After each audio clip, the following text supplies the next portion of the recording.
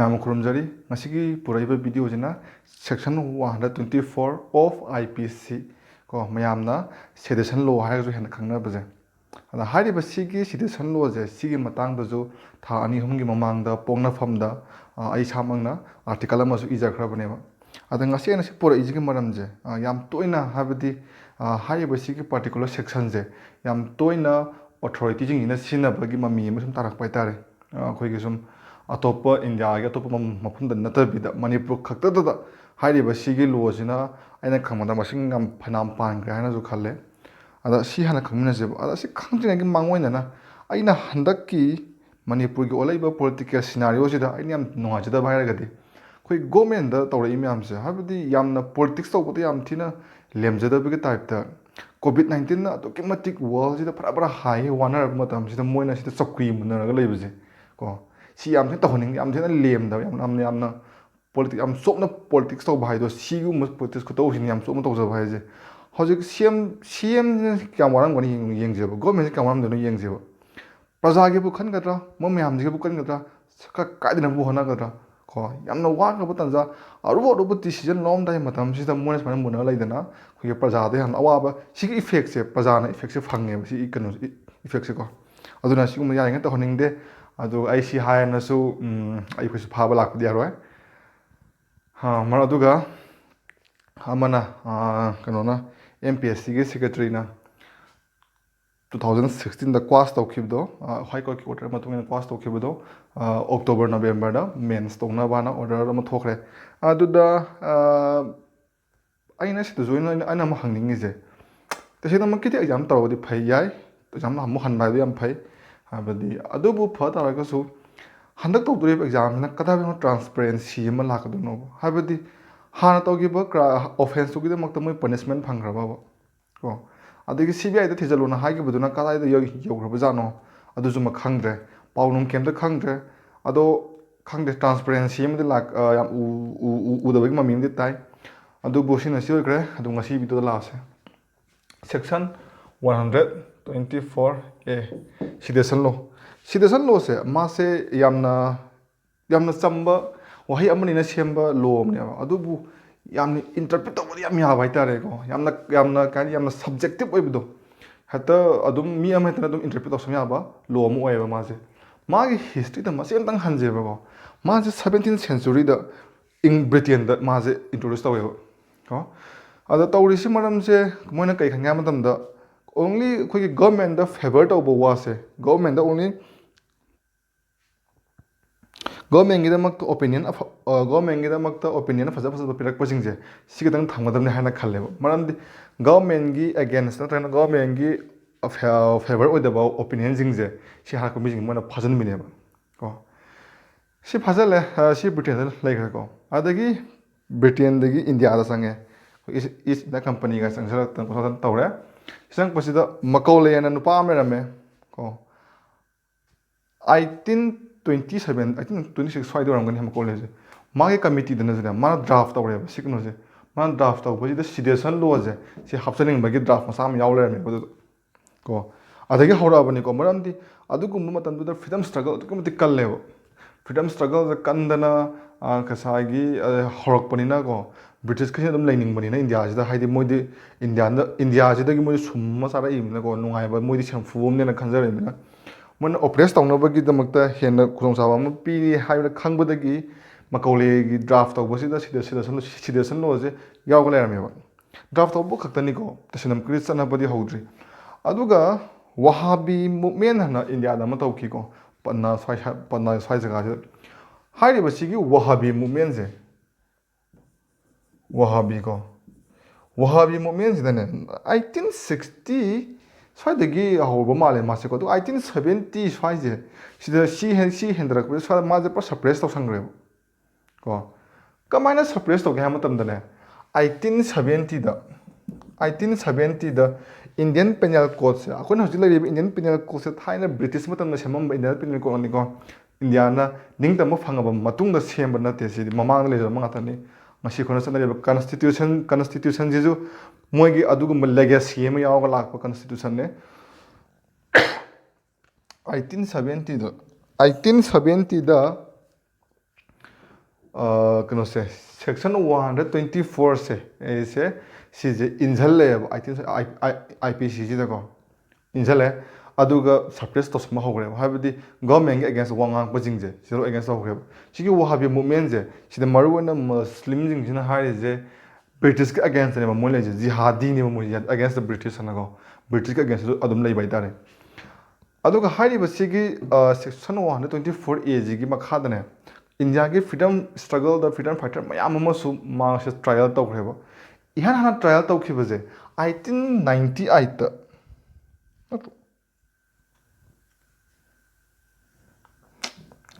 1897ꯗ ꯕꯥꯜ ꯒꯪꯒꯥꯙꯔ ꯇꯤꯂꯛ ꯍꯥꯏꯔꯤꯕ ꯅꯨꯄꯥꯁꯦ ꯕꯥꯜ ꯒꯪꯒꯥꯙꯔ ꯇꯤꯂꯛꯁꯦ ꯃꯥ ꯏꯍꯥꯟ ꯍꯥꯟꯕ ꯑꯣꯏꯅꯅꯦ ꯃꯥꯁꯦ ꯇ꯭ꯔꯥꯏꯌꯦꯜ ꯇꯧꯈꯤꯕ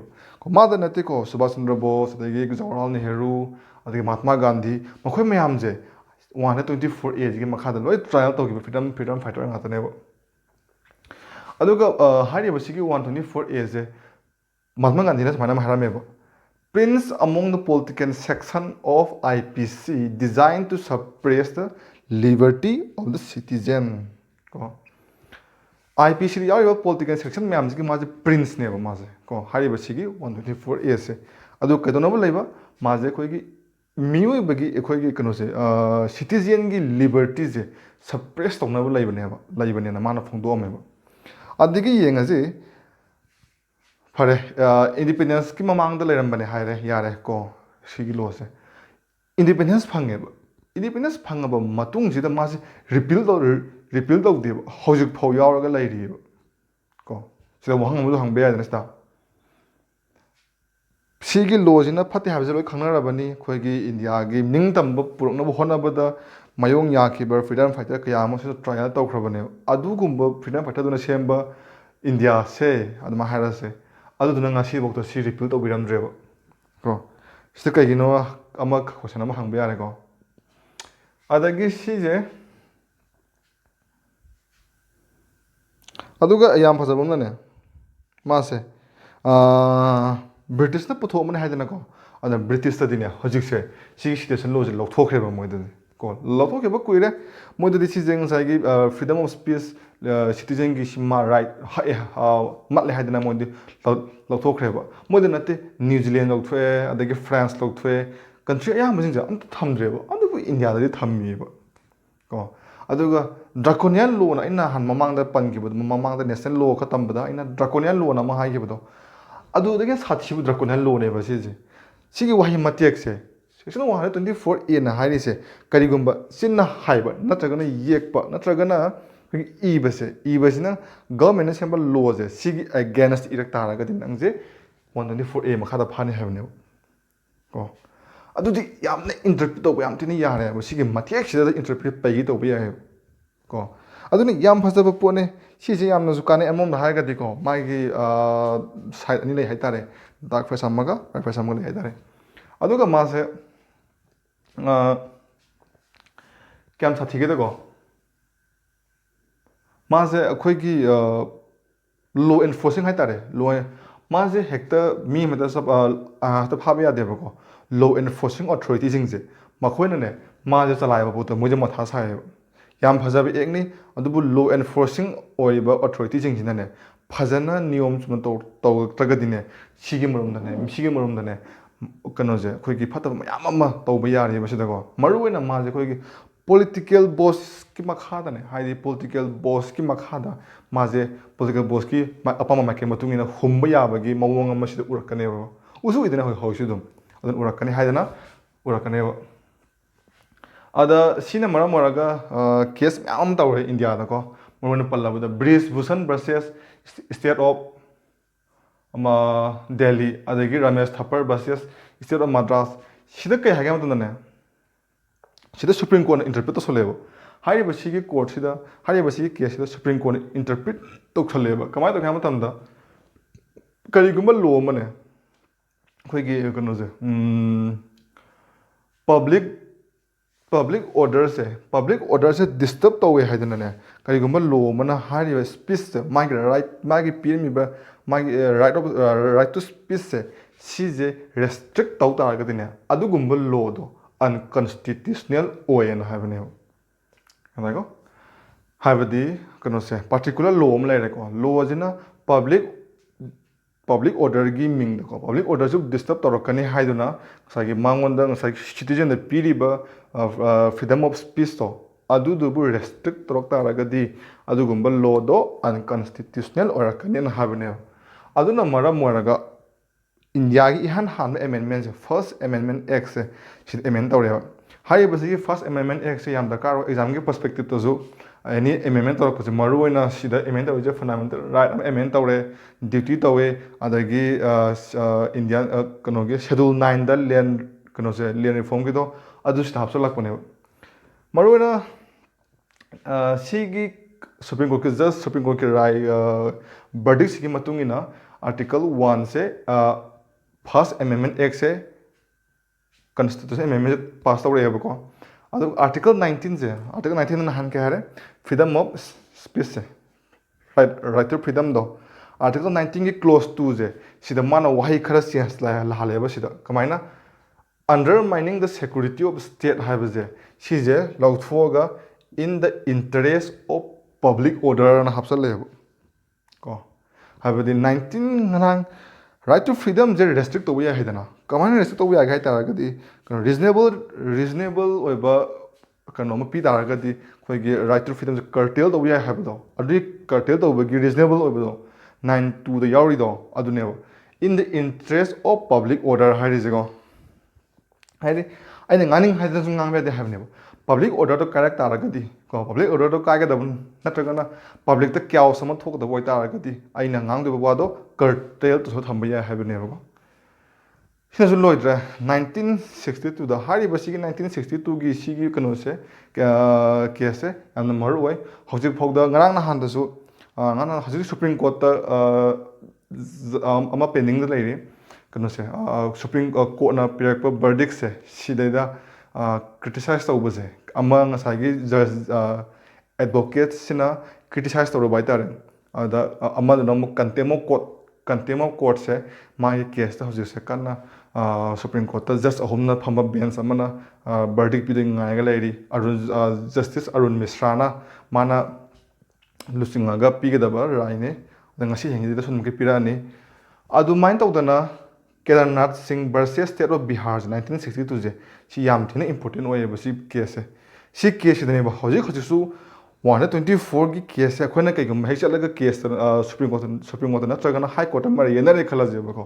हाइरि बसी की वर्डिक्ट से सिदा अदुम मोइना अखोगी सीगी वर्डिक्ट सिदा दुम मोइना लौरगा दुम हजिसु वर्डिक्ट पिरकनेबो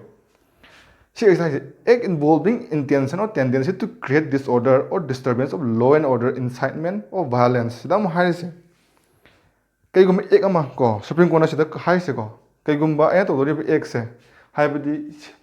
124 की मखादा सिडेशन लॉ पान गाय तारगदि आइने तोदोरि एक से सिजिनने इंटेंशन नम लैरबो करम इंटेंशन हाइ तारगदि पब्लिक द डिसऑर्डर अमा पुथोकपि याबो नत्रगना वायलेंस अमा थोकपि याबो आई इंटेंशन जन खाइजे पब्लिक द वायलेंस अमा थोनबा याराबो को अदु वइ तारगदि आई जे सिडेशन पाम यानेबो को हाइबदि आइना हाइद्रिबो वा नत्रगना आइना तौदरिबो थबक्तुना आई इंटेंशन दो ngसाइगी पब्लिक द डिसऑर्डर अमा लेहलगा वायलेंस को थोन माइतारे को सी ओइ तारगदि आई जे सिडेशन लो पानबि यागनि हानेब नतदि यारो हाइबनेबो को सिमदा यामना फाव नुपा अमा जेएनयू की प्रेसिडेंट ओरंबा कन्हैया कुमार जे सिडेशन चार्ज ता माजे फारिनेबको अदा मागे चार्ज तो जु मागे जजमेंट आई पुरक्ट्रे मा माना बोइना पुरे सिम लेग्रे अदगी सिदेदा सिदेना सिडेशन लॉ जे वेरी स्ट्रॉन्ग स्पीच हाइबजिगा को अदगी द बेगरस वर्ड हाइबजे सिगे तुंगा थमग्रेबो को सिदा अखोय मणिपुर मानबम लायको हाइबदि गवर्नमेंट दा आइना गवर्नमेंट की पॉलिसी नत्रगना गवर्नमेंट की थबक खुदिमक से आइना लेम क्रिटिसाइज तब याय को हाइबदि आइना सेम गवर्नमेंट नेबो आइना थागकिबा मिहुतन सेम गवर्नमेंट नेबो को प्रजा की दमक लेबो गवर्नमेंट अदुना गवर्नमेंट तब पॉलिसी दो प्रजा न क्रिटिसाइज तब यायबो आइना पामी पामदि आइगी व्यू फोंदोक यायबो अदुबु स्टेट की मायते फोंदोक देबो इसे हाबगे अथदि कोई कॉन्स्टिट्यूशन के अगेंस्ट नत्रगना होल इंडिया के अगेंस्ट दि फोंदोक यादेबो गवर्नमेंट दि ngang यायबो ꯀꯣ ꯑꯩ ꯍꯥꯏꯁꯦ ꯐꯣꯂꯣ ꯇꯧꯏꯀꯣ ꯍꯥꯏꯕꯗꯤ ꯀꯟꯁꯇꯤꯇ꯭ꯌꯨꯁꯟꯒꯤ ꯃꯒꯦꯟꯁꯇꯗꯤ ꯑꯩꯅ ꯉꯥꯡꯕ ꯌꯥꯗꯦ ꯑꯗꯨꯕꯨ ꯒꯕꯔꯟꯃꯦꯟꯇꯗꯤ ꯑꯩꯅ ꯉꯥꯡꯕ ꯌꯥꯏꯑꯕꯀꯣ ꯑꯗꯨꯅ ꯚꯦꯔꯤ ꯁ꯭ꯇ꯭ꯔꯣꯡ ꯁ꯭ꯄꯤꯆꯀꯨꯝꯕ ꯑꯗꯒꯤ vigorous ꯋꯥꯔꯗꯀꯨꯝꯕꯁꯦ ꯁꯤ ꯁꯤꯗꯦꯁꯟ ꯆꯤꯡꯗꯦꯕ ꯀꯣ ꯍꯣꯏ ꯃꯥꯒꯤ ꯇꯣꯉꯥꯟꯕ IPC ꯑꯃ ꯇꯣꯉꯥꯟꯅ ꯂꯩꯖꯔꯝꯒꯅꯤ ꯍꯥꯏꯕꯗꯤ ꯃꯤꯉꯣꯟꯗ ꯁꯨꯃꯥꯏꯅ ꯉꯥꯡꯉꯨꯕꯒꯤ ꯈꯣꯠꯂꯨꯕꯒꯤꯗꯃꯛꯇ ꯃꯤꯉꯣꯟꯗ ꯀꯩꯒꯨꯝꯕ ꯈꯔ ꯇꯧꯔꯨꯕꯒꯤꯗꯃꯛꯇ IPC ꯑꯃꯗꯤ ꯂꯩꯖꯔꯝꯒꯅꯤ ꯑꯗꯨꯕꯨ 124A ꯒꯤ ꯃꯈꯥꯗ ꯁꯤꯗꯦꯁꯟ ꯆꯤꯡꯗꯅ ꯃꯥꯁꯦ ꯐꯥꯕꯗꯤ ꯌꯥꯗꯦꯕ ꯌꯥꯝ ꯇꯣꯏꯅ ꯊꯣꯛꯄꯅꯤꯀꯣ ꯑꯩꯅ ꯄꯜꯂꯛꯏꯁꯦ ꯑꯗꯒꯤ ꯀꯩꯅꯣꯁꯦ ꯉꯁꯥꯏꯒꯤ ꯀꯟꯍꯥꯏ ꯀꯨꯃꯥꯔꯒ ꯃꯥꯟꯅꯕ ꯀꯦꯁ ꯑꯃ ꯍꯥꯏꯔꯛꯀꯦꯕ ꯕꯜꯋꯟ ꯁꯤꯡ ꯚꯔꯁꯦꯁ ꯁ꯭ꯇꯦꯠ ꯑꯣꯐ ꯄꯟꯖꯥꯕ ꯍꯥꯏꯔꯤꯁꯦ ꯕꯜꯋꯟ ꯁꯤꯡꯁꯤꯅ ꯃꯥꯅ ꯋꯥꯍꯩ ꯈꯔ ꯍꯥꯏꯔꯨꯕꯅꯦ ꯀꯣ ꯋꯥꯍꯩꯗꯨꯗꯤ ꯑꯩ ꯄꯜꯂꯛꯑꯔꯣꯏꯒꯦ ꯑꯩꯁꯨ ꯈꯤꯇꯪ ꯐꯅ ꯍꯥꯏꯖꯕ ꯋꯥꯅꯤ FIR ꯄꯥꯡꯒꯗꯤ ꯅꯨꯡꯉꯥꯏꯇꯦ ꯕꯜꯋꯟ ꯁꯤꯡꯁꯤꯅ ꯀꯩꯒꯨꯝꯕ ꯈꯔ ꯐꯣꯡꯗꯣꯛꯎꯕ ꯍꯥꯏꯇꯥꯔꯦ ꯀꯣ ꯏꯁꯂꯣꯒꯥꯟꯗꯧꯅ ꯐꯣꯡꯗꯣꯛꯎꯕ ꯍꯥꯏꯇꯥꯔꯦ ꯑꯗꯨꯅ ꯃꯔꯝ ꯑꯣꯏꯔꯒ ꯃꯥꯁꯦ ꯁꯤꯒꯤ ꯃꯈꯥꯗ ꯐꯥꯕꯅꯦꯕ ꯁꯤꯗ ꯁꯨꯄ꯭ꯔꯤꯝ ꯀꯣꯔꯠꯅ ꯀꯩ ꯍꯥꯏꯔꯦ ꯃꯦꯔꯦꯖ ꯁ꯭ꯂꯣꯒꯥꯟ ꯑꯩꯈꯣꯏꯒꯤ ꯆꯨꯝꯅꯒꯤ ꯁ꯭ꯂꯣꯒꯥꯟ ꯂꯥꯎꯕꯁꯦ ꯆꯨꯝꯅꯒꯤ ꯁ꯭ꯂꯣꯒꯥꯟꯁꯤꯗꯅꯦ ꯄꯕ꯭ꯂꯤꯛꯅ ꯔꯦꯁꯄꯣꯟꯁ ꯄꯤꯔꯛꯇ꯭ꯔꯕꯀꯣ ꯑꯗꯨ ꯇꯥꯔꯒ ꯑꯗꯨꯗꯣ ꯁꯤꯗꯦꯁꯟ ꯆꯤꯡꯗꯦ ꯁꯤꯅꯤ ꯍꯥꯏꯔꯤꯁꯦ ꯐꯣꯂꯣ ꯇꯧꯕ꯭ꯔꯥ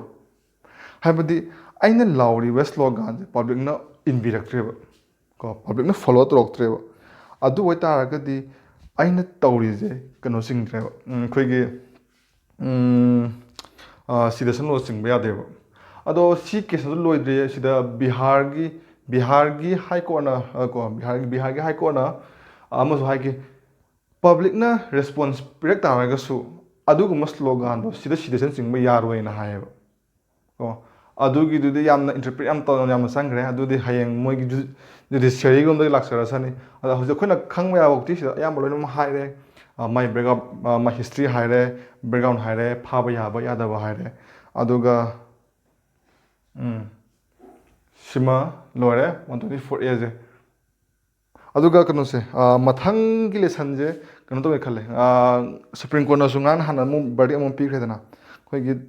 ꯃꯆꯥꯅꯨꯄꯤꯁꯤꯡꯁꯦ ꯗꯇꯔꯁꯤꯡꯁꯤꯗ ꯔꯥꯏꯠ ꯇꯨ ꯏꯟꯍꯦꯔꯤꯠ ꯄ꯭ꯔꯣꯄꯔꯇꯤꯁꯦ ꯁꯤꯒꯤ ꯃꯇꯥꯡꯗꯁꯨ ꯃꯊꯪꯒꯤ ꯀ꯭ꯂꯥꯁꯇ ꯃꯊꯪꯒꯤ ꯚꯤꯗꯤꯑꯣꯗꯅ ꯑꯗꯨ ꯁꯦꯝꯃꯒ ꯄꯨꯔꯛꯀꯦ ꯑꯗ ꯁꯤꯒꯤ ꯂꯣꯏ ꯒ꯭ꯌꯥꯟ ꯇꯥꯔꯝꯃꯅꯤ ꯈꯜꯂꯤꯗ ꯇꯥꯗ꯭ꯔꯒꯁꯨ ꯑꯗꯨꯝ ꯀꯃꯦꯟꯇ ꯑꯗꯨꯝ ꯊꯝꯕꯤꯔꯝꯃꯣ ꯑꯗꯨꯒ ꯃꯌꯥꯝꯅ ꯑꯩꯒꯤ ꯕꯦꯛꯒ꯭ꯔꯥꯎꯟ ꯍꯥꯏꯕꯤꯌꯨ ꯍꯥꯏꯕꯗꯣ ꯕꯦꯛꯒ꯭ꯔꯥꯎꯟꯗꯨ ꯑꯩ ꯄ꯭ꯔꯥꯏꯚꯦꯁꯤ ꯊꯝꯖꯔꯒꯦ ꯃꯔꯝꯗꯤ ꯑꯩ ꯄ꯭ꯔꯥꯏꯚꯦꯁꯤ ꯊꯝꯖꯔꯒꯦ ꯑꯗꯨꯒ ꯑꯩꯒꯤ ꯀꯟꯇꯦꯛ ꯍꯥꯏꯇꯥꯔꯒꯗꯤ ꯑꯩꯒꯤ ꯃꯤꯡꯗꯣ ꯑꯗꯨꯝ ꯀꯣꯔꯧꯍꯟꯕ ꯋꯥꯏꯈꯣꯝꯅ ꯑꯗꯨꯝ ꯊꯤꯕꯤꯔꯣ ꯐꯦꯁꯕꯨꯛꯇ ꯑꯗꯨꯝ ꯑꯩ ꯐꯦꯁꯕꯨꯛꯇ ꯑꯗꯨꯝ ꯑꯦꯛꯇꯤꯚ ꯑꯣꯏ ꯑꯗꯨ ꯑꯗꯨꯝ ꯄꯥꯎ ꯐꯥꯎꯕꯤꯔꯛꯑꯣ ꯀꯟꯇꯦꯛ ꯅꯝꯕꯔ ꯑꯗꯨ ꯑꯗꯨꯝ ꯂꯧꯕ ꯌꯥꯅꯤ ꯊꯦꯡꯛ ꯌꯨ